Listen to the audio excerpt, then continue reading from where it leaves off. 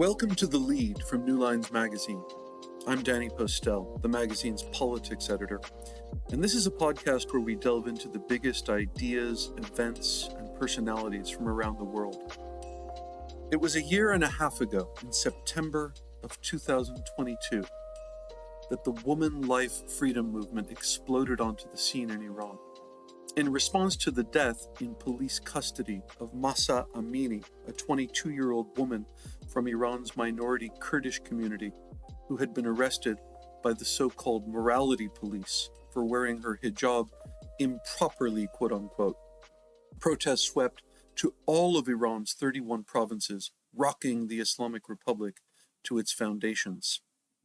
In response, Iranian security forces unleashed a massive campaign of repression, killing more than 500 people and detaining nearly 20,000. Persecution against participants in the movement has been ongoing, including several executions. Our guest on this episode, Arash Azizi, has a new book out on those momentous events and what they might portend for Iran's future, titled What Iranians Want: Women, Life, Freedom. We'll discuss that book and also Azizi's previous book, Shadow Commander, Soleimani, the U.S., and Iran's Global Ambitions. A frequent contributor to New Lines magazine, Azizi is a senior lecturer in history and political science at Clemson University. Arash, welcome to The Lead. Thank you very much. Thanks for having me. So, Iran has seen its share of protest movements over the last 15 years. In 2009, there was the Green Movement with its slogan, "Where is my vote?"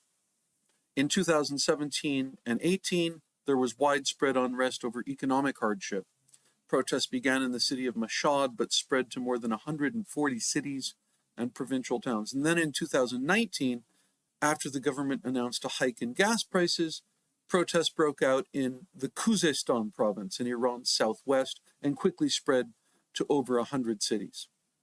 And again, in early 2020, there were protests after the Revolutionary Guard shot down a Ukraine International Airlines flight that killed 176 people, including dozens of Iranians.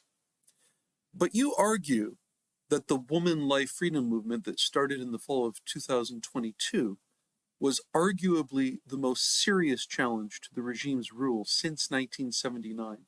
How so, Arash? What made that movement different from those previous waves of protest?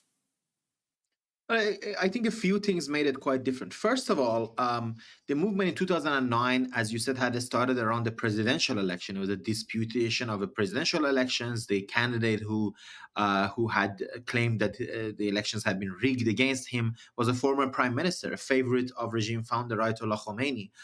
Now he would move on. Mir Hossein Mousavi, politically, he would move on. Today, he advocates effectively an overthrow of the Islamic Republic, a constitutional change to it. But he was very much a regime insider before that. So the movement had started with those sort of goals. This time around, from the very beginning, the woman life freedom movement rejected the Islamic Republic in its entirety and effectively wanted a foundation of a new order. It had revolutionary colors from the beginning. The other differences with previous rounds of protests that you mentioned is that, first of all, this was truly nationwide protest all over Iran. None of the previous ones that you just mentioned were truly nationwide. I mean, they all happened all over Iran, roughly. I mean, they sort of in different parts of the country. But the 2009 movement was really focused on Tehran and a few other big cities like Isfahan in central Iran. But the so-called minority-majority regions of the borderlands of Iran were not as much central in the movement. And conversely, so 2017-18 and 2019-2020 movements, these two particular movements were focused on sort of smaller towns, in especially like in Khuzestan, there were many sort of smaller towns, and they never really got going in Tehran effectively. They didn't have they didn't really reach the capital in the same way. They were protesting in solidarity with them, but nothing on a grander scale. So here you had a much more nationwide, much more sort of from the beginning revolutionary uprising.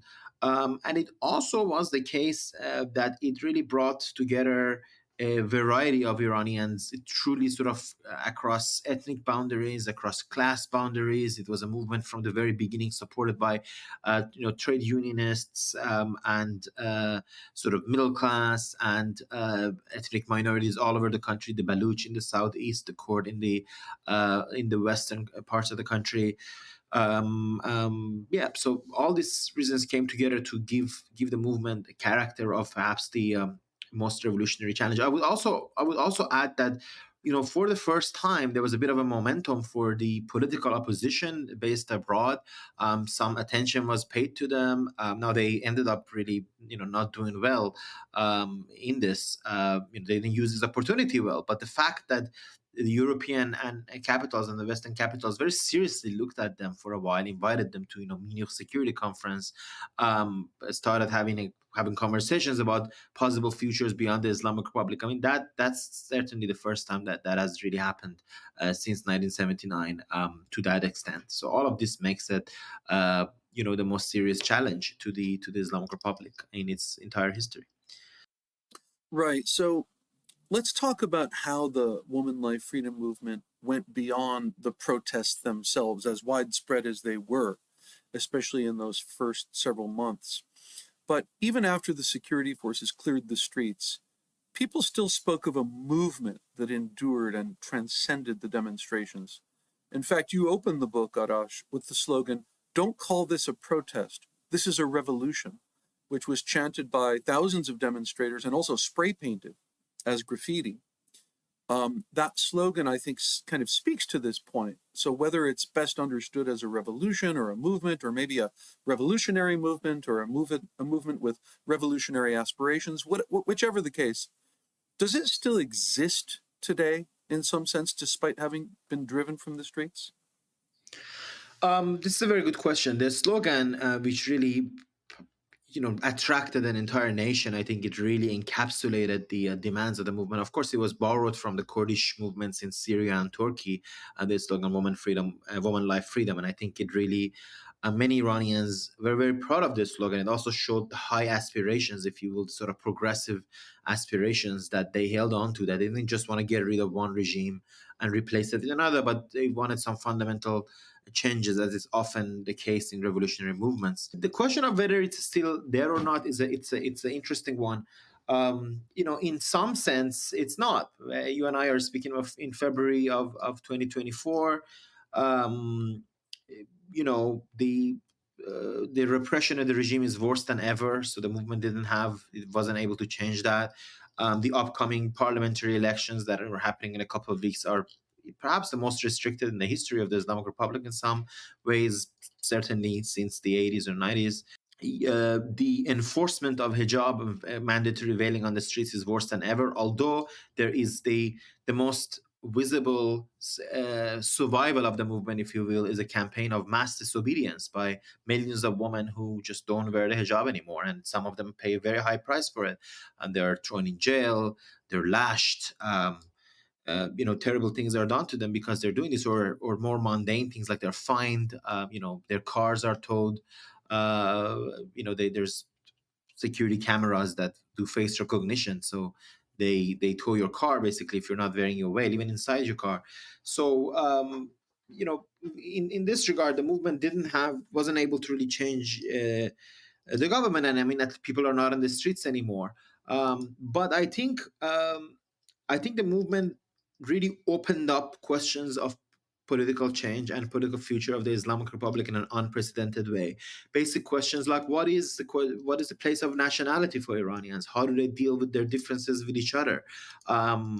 What kind of country do they want? How can the different groups in the country work together? I think it opened all of this up. It really showed the failure of the abroad-based opposition itself as sort of a political lesson. So I think it's hard to make the case that that movement on its own is still going on, but it certainly made a mark in Iranian political history, and um, it will definitely color all the future attempts for change. It's a bit like 1905 revolution in Russia. It finishes in 1905 or maybe 1906, but obviously by the time the 1917 happens, and everyone ends up seeing this in a continuum. And I think This movement will be seen in a long continuum of a variety of movements against the Islamic Republic that have been going on, particularly since 2009. But let me be clear, though, just because I compare it to 1905 doesn't mean I'm optimistic that there necessarily will be, another revolution to dislodge this regime. In fact, I don't think that's necessarily likely, although that's certainly what I believe in and always struggle for. But as in sort of a, if I'm to put on sort of a pessimism of intellect as opposed to the optimism of will, I would say that it's not clear that that's where the political change in Iran will come from, but it certainly it certainly continues as a reference, and it will. If there's sort of a revolutionary palimpsest, if you will, for Iranians, it certainly has a very, a very important place, as in the future we try to challenge the government and try to change it. Let me ask about this. Global media attention focused pretty overwhelmingly on the mandatory hijab aspect of the movement. Indeed, many headlines referred to them as hijab protests, which was a contested term. But you devote a lot of the book to other aspects of the movement. For example, you have a whole chapter on the role of labor struggles, which received almost no attention in Western media coverage. So tell us about this aspect of the movement. Yeah, I mean that's why I wrote the book. Frankly, if you ask me, why I wrote the book, it's because I was frustrated by a portrayal of the movement that was very flat, if you will. It's as if it had no history, and also it had no, it was okay. Women are coming out and they're against this mandatory veiling, which was an important part of the movement, but it wasn't all about that. I mean, this was a multifaceted movement that had roots in decades of civil society struggles in Iran. And the working class and trade union struggles were very important, and very key. Now, the modern trade union movement in Iran, by modern, I mean, I should better say sort of contemporary, the recent trade union movement in Iran really gets going in the late 90s and has had an important role in the last 20 years. That's sort of what I talk about in the book. But more importantly, Iranians in 2009, those who were perceptive, doesn't matter whether you're on the left or right, those who were perceptive came to understand that what was really lacking in the movement was a general strike, a sort of mass disruption of life by labor, who could deliver a sort of a final blow to the regime. That this was very important. And as I said, people, even sort of analysts on who were liberal or not necessarily on the left, they really understood this. They really and that was understood this. critical, by the way, in the 1977, 78, and 79 protests that led to the revolution in the first place, right? The role of oil workers, for example, and the general strikes that took place were precipitated, by many accounts, the Shah's departure. Absolutely. In fact, that's one of the reasons why Iranians were very sort of aware of this, right? They had a historical memory of 1979, not only in a sort of a general sense, in the very visceral, like the last few months and weeks in 1979 would have been impossible without the oil workers, and other sort of working class elements that came out. And at the time, a lot of them were under the influence of the Communist Tudeh party and sort of other socialist parties. So they had a strong organizing traditions, not all of which are unfortunately present now. But at any rate, people understood the general strike that is very important. There was a general strike called in December, for 3 days, and it wasn't very successful everywhere. In Kurdistan, where the left-wing elements are stronger, it was successful. It sort of shut down Kurdistan for a few days. It wasn't as successful in other places. But in the book, I'm also quite critical. I try to sort of explain what I call middle-class prejudices, if you will, in Iran, that a lot of people didn't understand. There has been a lack of political education. They don't understand how the working class is supposed to work.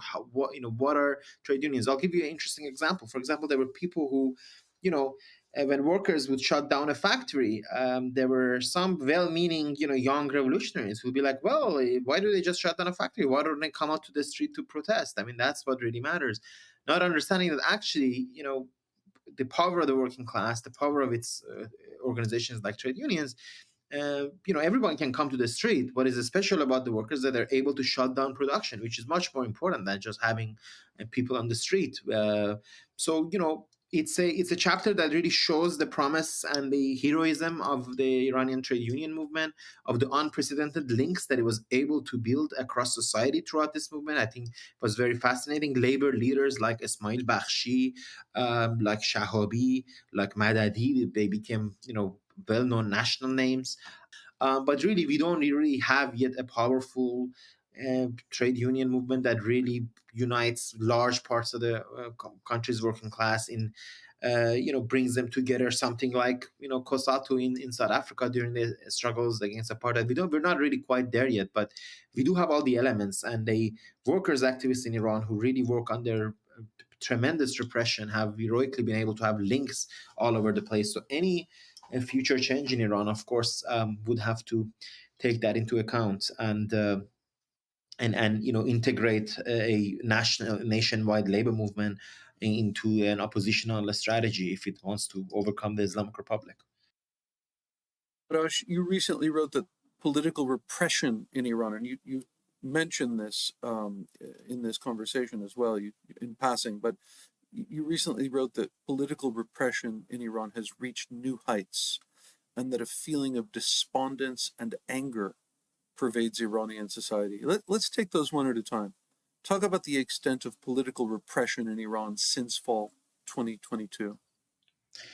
Yeah, the repression is very extensive. During the movement, they jailed I have to say, successfully, impressively from the perspective of the regime. They jailed, 8,000 at some point, I think up to 15,000 and more. At every given time, there were a few thousand. And these were sort of movers and shakers everywhere, right? Anyone who had any chance of leading anything, right? Civic activists, even like filmmakers, actresses, they put them in prison, and they put them in prison and they process them within the judiciary. That means that even when they come out, now they have, they come out on bail. They're much more restricted in their activity.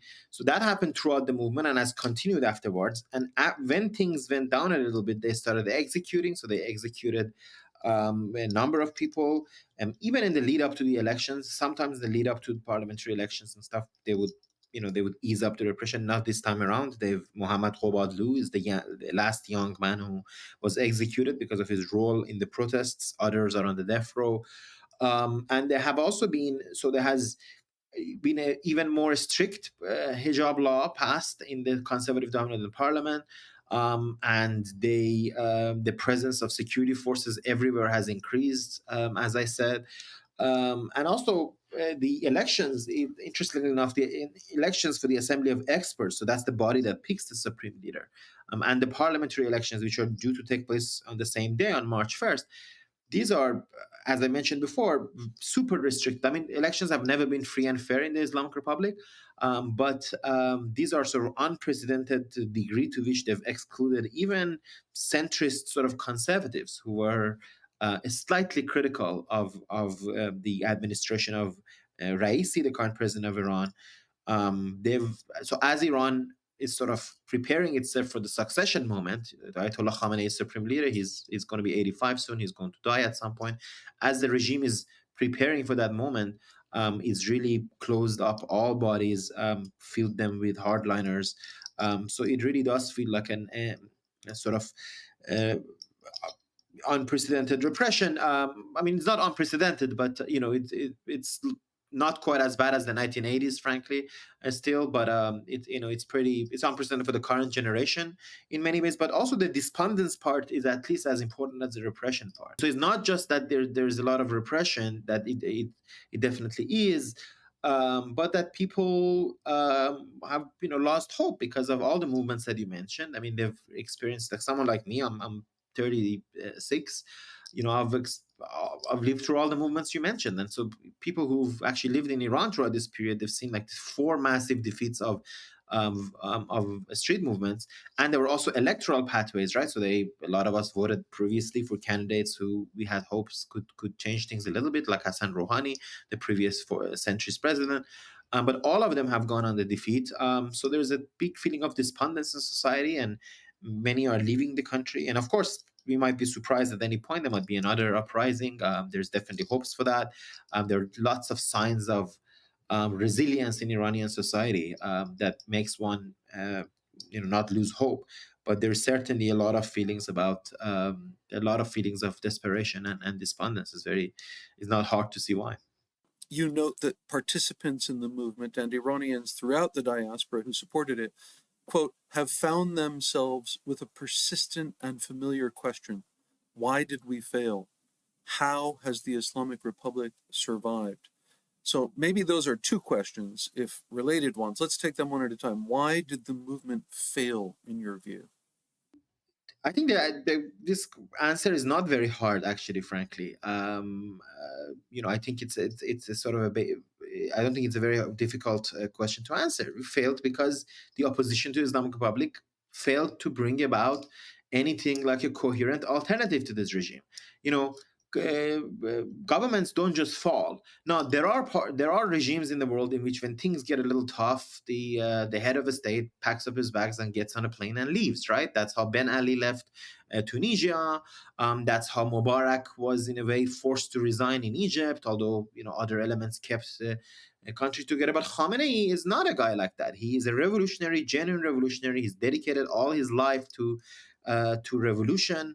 I know that in some of your work, you've contested the sort of meaning of revolutionary and counter-revolutionary, and I agree with you largely there in other countries. But my point is that he is an ideological, genuine revolutionary, by which he really believes in the ideas that has hold the regime together, and he's not going to leave. I mean, he's 84, right? Where is he going to go?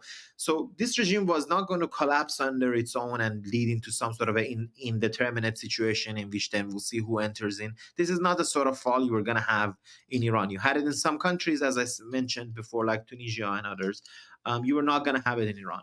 So the only way would be for the opposition to be able to come together, unite across the very real differences that it has, and present a coherent, organized alternative to the regime. Now, it had every opportunity to do this. Few revolutionaries have had so much going for them when you really think about it. Because, first of all, I'll give you a very quick sort of list. First of all, the Iranian opposition has almost unlimited access to media that any revolutionary could have dreamed of. There are media outlets now funded by different governments, Europeans, Saudis, Americans. But the net result is that the Iranian opposition, these are all media that are open to Iranian opposition, staffed by the Iranian opposition, people, journalists with sympathies with Iranian opposition. So they could broadcast to Iran anything that they wanted at any time in I don't know how many times in history this has been possible, but this certainly was the possibility. It also had the reality that the Islamic Republic is so bad and so hated across such wide range of people that it's kind of amazing that it has survived. Now, it's not economically successful, it's not sort of competent, its ideology doesn't have much going for it. I said Khamenei is a genuine revolutionary, but the new generations really are not. I believe even the hardliners, I would argue, are not really so much vetted to all the nuances of the sort of Islamist ideology. They're much more, they're sort of much more opportunistic elements.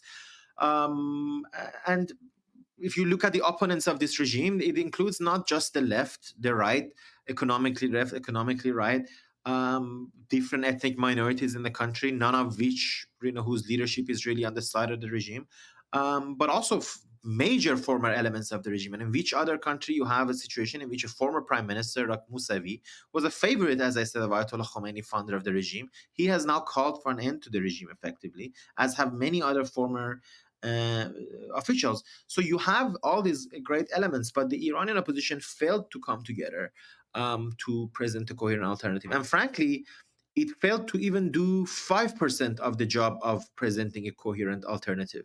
If you do it 100% right, you still have a very difficult job, because it's a very difficult thing to wage a revolution and win against the entrenched government, right? So long as a government is willing to kill its opponents, as Khamenei is, it's very difficult to dislodge it from power.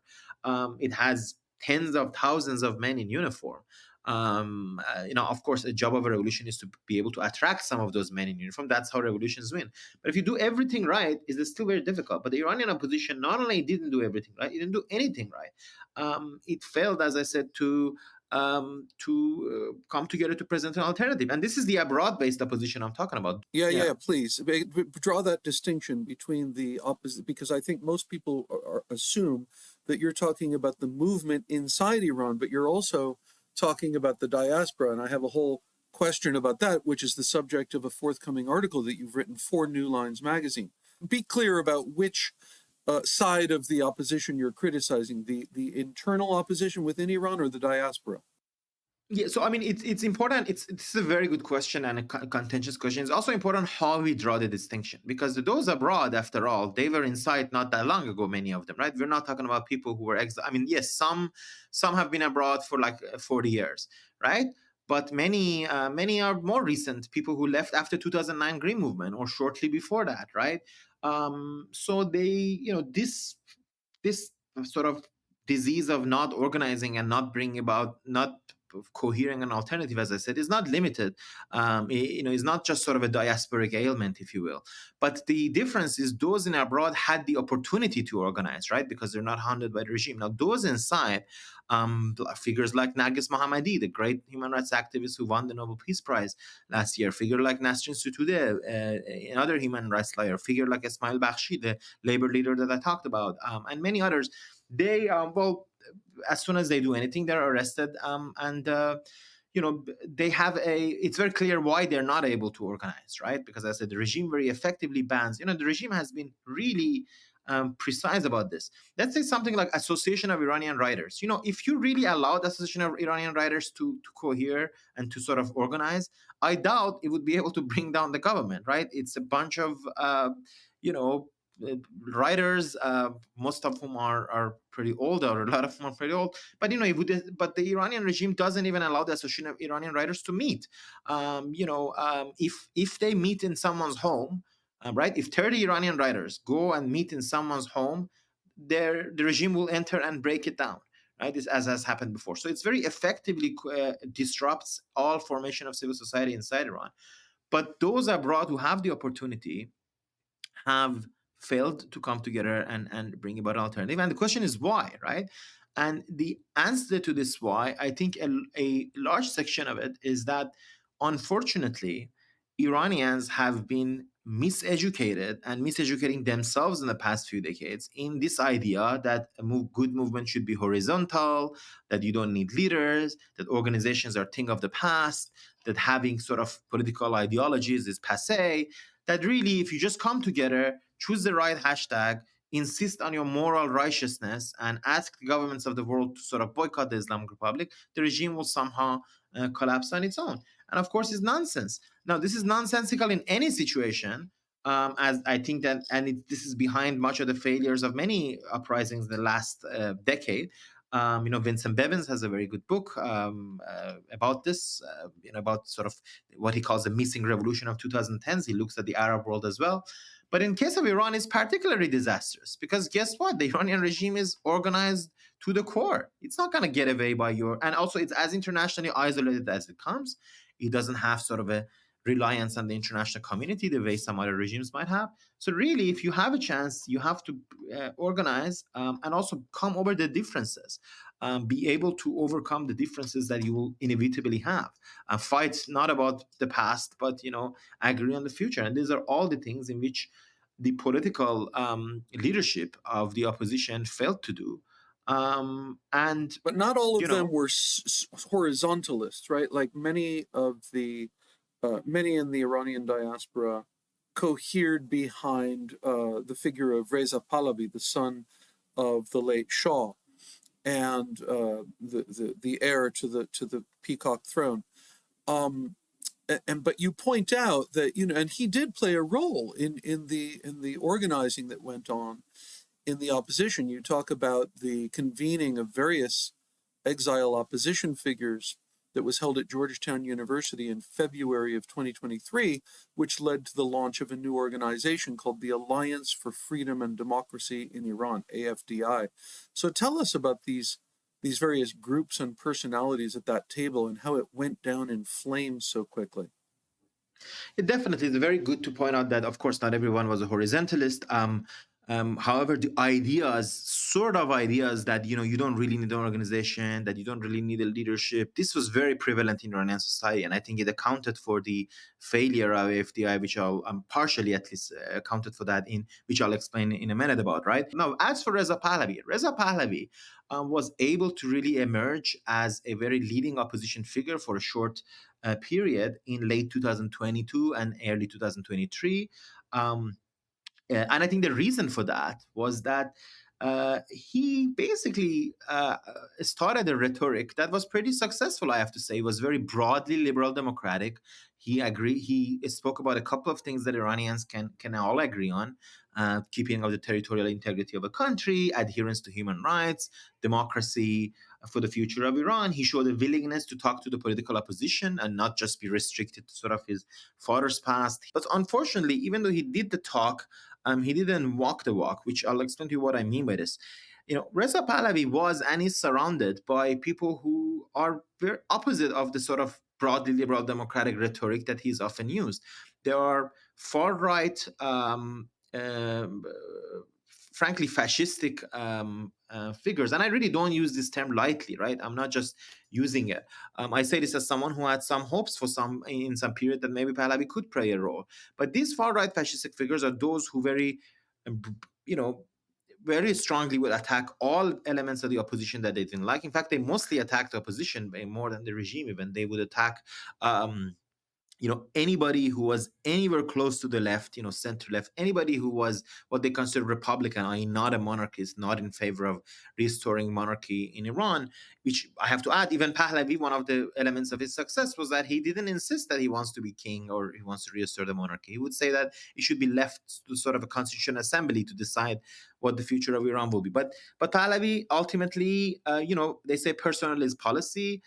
All around him, the people that surrounded him, his chief of staff, all the figures close to him espoused not the sort of inclusive politics that he claimed he would stand for, but the sort of far exclusionary politics. Now, the Alliance for Freedom of Democracy in Iran came together when Pahlavi and a few others joined and built a coalition together. This was a very promising moment.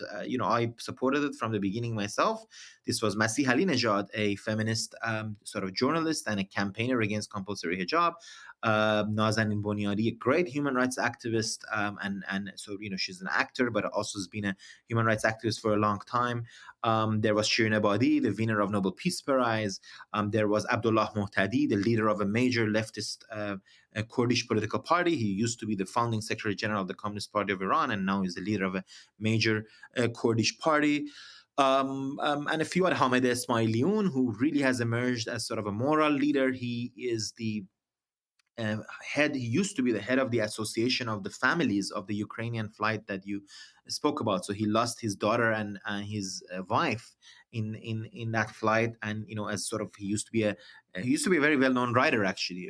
Those of us who follow Iranian fiction would, and so these figures all came together, and this was a very important moment, Danny. This was the most important gathering of the Iranian opposition figures together, even though it had a very important flaw. You notice this was effectively a gathering of political celebrities. It was not that of organizations. So Mr. Pahlavi, yes, he's not a horizontalist, I don't think, nor are his sort of far right supporters, but they've never built an organization, right? They have what is called the New Iran Party, for example, that is named after a party that was active in Iran in the 1970s under the Shah. But this New Iran Party is, it's as we used to sort of joke about a small leftist groups, is three guys and a dog, right? It's by which I mean, it's I mean, I don't know how many members do they actually have, but I would, maybe it's 50, maybe it's 100, which is the same as most other so-called political organizations. So this was a flaw from the beginning. But Danny, what happened to this alliance for freedom and democracy in Iran? It came together in this very hopeful moment. There was the Georgetown conference. They promised they're going to write a charter together and declare a new association, which was this alliance that you mentioned. It collapsed in, not in 6 months, not in 1 year, not it goes dormant and nothing happens. It collapsed amidst recriminations and attacks on each other in a matter of weeks. Frankly, it was a truly embarrassing moment for everyone involved. How embarrassing it is. I mean, if you I don't know, if I come together with my friends and say, let's play football every Wednesday in a field, I'm sure we can keep it going on for more than a few weeks, right? But in this case, the whole thing came down, and I don't want to put all the blame on supporters of Reza Pahlavi, although clearly I think they had a key role in attacking each other, but also supporters of other figures in this coalition, who attacked each other um, vehemently. And you know what is very sad? You would say, okay, let's say Pahlavi supporters couldn't get on together with supporters of Masih or Hamid Ismaili and others. Well, let's have two councils. Maybe, there will be one for him and one for others. But even that didn't occur. I.e., when Pahlavi left, and I detailed this in the article in New Lines, um, others also left. They didn't even form something together. And here we are. We're talking about in February 2024. Nothing new has been founded. It's remarkable. I just wrote an article in Persian about Alexei Navalny, the brave leader of the Russian opposition, who died in custody in Russian prison.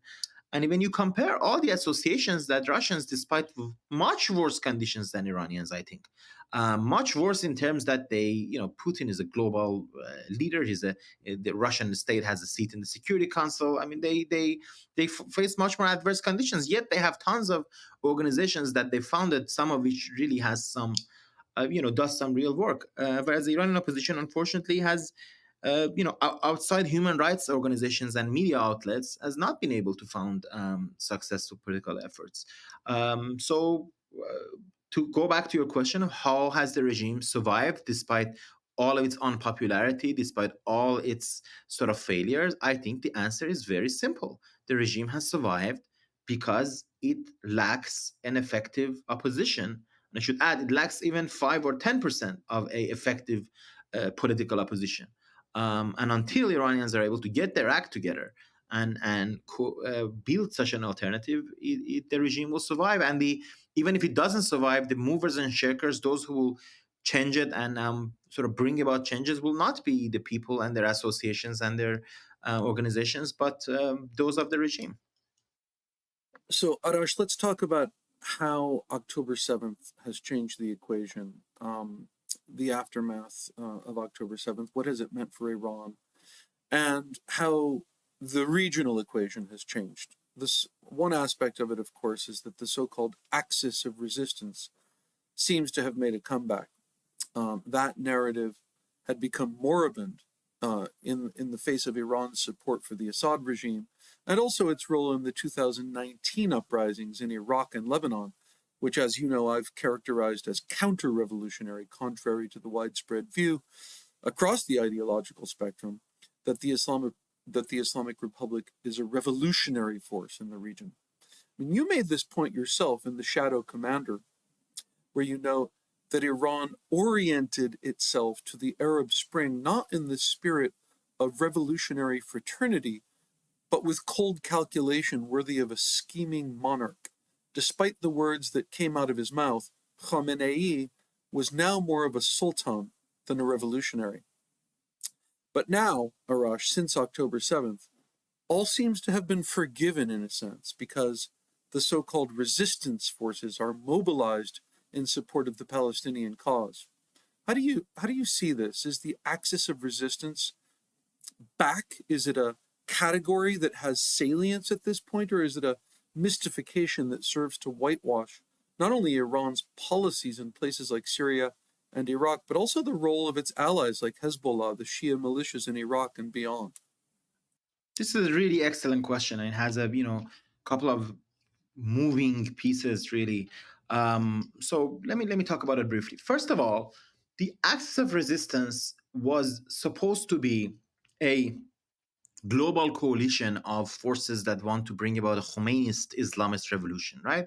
That is really what it's supposed to be originally. And in that sense, it has manifestly failed for a long time because its forces, even Hezbollah in Lebanon, has basically realized that it can't bring about an Islamist system in a multi-confessional country like Lebanon, and has ceased trying. Right? Its ideology used to be based on that, and it doesn't do that. And frankly, the Islamic Republic in Iran is such a failure that it would be very hard with a straight face to say, yes, this is a particular governing model that we want to advocate for. So really, acts of resistance has, in the years of sectarianism, as you explain in your own former book, in the years where we had a sectarization of Middle East politics, the acts of resistance was reduced effectively to a bit of sectarian forces. They were Shia forces in a situation of sectarian civil war. And of course, Hamas basically left the axis of resistance as a result of this, because it wouldn't back the suppression of Muslim Brotherhood in Syria by a what they considered to be a sort of a Shia president, Alawite president. No, I don't think Hamas is sectarian, by the way. I want to clarify this. And I don't think even Islamic Republic is necessarily sectarian. I think they have sectarian elements, but it's sort of a complicated issue. But at any rate, I mean, the axis had been reduced to that. No, but there is one thing that the Axis really does have going for it, and that's the truth, and is that these are the only forces that fight Israel, that are ready to fire bullets against Israel, fight Israel not just with words but with weapons. When you think about it, the only force on this planet who is doing that is the Axis of Resistance. Now, the other countries can say loud words. Jordan and Egypt can denounce Israel. Algeria and Tunisia can abstain from resolutions, but who is actually giving weapons to Palestinian militant groups and fighting Israel with weapons? It's only the Islamic Republic of Iran, and it's only these forces. So naturally, in a moments like this, October 7th was a comeback for them. But here's where the problems begin, because okay, why do you think all the other Arab countries stopped fighting Israel? Because they realize there is not a military strategy with which they can defeat the Israeli state in the current configuration of the world, right? Saudi Arabia, Egypt, Jordan. I mean, Egypt signed the peace treaty with Israel in 1979. Now, when Egypt had a Muslim Brotherhood president, was the first thing that the Muslim Brotherhood president did. He said, "We're going to honor the 1979 peace treaty with Egypt," and you can have a lot of Egyptians feel very closely with, against the massacre of Palestinians that is happening in Gaza, the brutal massacre and war criminal massacre of Palestinians in Gaza. But do they, Egypt is not a democratic country anyway, so they don't have much say in this. And it's not clear to me that actually, if it was democratic, they'd like a war, right? They'd like a new war against Israel. Anyways, we can't do hypotheticals. But so this brings me to the fact that, okay, so these forces of the Axis, yes, they fire shots at Israel and they arm Hamas and Palestinian Islamic Jihad that can actually fight Israel. And the Houthis shoot a couple of missiles at vaguely Israeli related ships. I mean, they're not really fighting Israel. They lobbed a couple of missiles at at Eilat in southern Israel, but it's sort of too far. And the Iraqis have done a couple of shots. And sure, Hezbollah obviously has fought a war against Israel in 2006. No, but it brings us to the question that, okay, what is the military strategy of these groups against Israel? And this gets very interesting, because actually, Danny, Islamic Republic since October 7 has had one preoccupation in the region, and that's not fighting Israel, is not fighting Israel, right? The biggest worry and concern that the Islamic Republic has is that it gets into a direct confrontation with Israel and the United States. It wants to avoid that at all costs. It knows that there are elements in the Israeli government that want that, in the Israeli politics that want that. There are obviously elements in American political life that want that, although very, very few. I think there's no appetite for it in the United States. So the Islamic Republic has effectively tried to keep the leash on these non-state actors in Yemen and Iraq and other places, and Hezbollah, to make sure they don't get into a direct confrontation with Israel. So yes, it was a comeback. It did lead to a lot of popularity of the Axis forces, but at the same time, it also actually questions their legitimacy. Imagine you are, for example, people who look on Hezbollah and the speeches of Hassan Nasrallah by this point have become a bit of a point of a joke for many. Like, okay, when is he going to do anything against Israel? Why doesn't he open a serious northern front against Israel? There is some fighting there, as you know. Hezbollah has lost dozens of fighters since October 7, but it's not engaging Israel in a real fight like 2006. And there are actually elements in Iran who are saying the same thing to Khamenei. Hardline elements to Iran that, hey, Khamenei, why are you exercising caution? I'll give you an example. Amineh Sadat Zabihpour, she is a notorious TV anchor in the state TV in Iran. She's known for, remember Esmail Bakhshi that I mentioned earlier, the labor leader? She's known for having made a quote-unquote documentary about him that was effectively a sort of a hatchet job of attacking him as a spy and stuff. So she's a well-known anchor. She effectively tweeted in October, why are they Palestinian children dying while our missiles are resting at home, right? Basically saying, why are we not fighting Israel? And that's one example. And there are tons of people. Iranian TV had this dual life, right? Not just TV, but in the Islamic Republic, its entire propaganda apparatus had a dual reality. Every day they would air programs about how Israel's destruction will come, how they'll destroy Israel, they'll turn Haifa and Tel Aviv into parking lots. But effectively, they're begging these forces not to fight Israel, not to get Iran into a confrontation with Israel,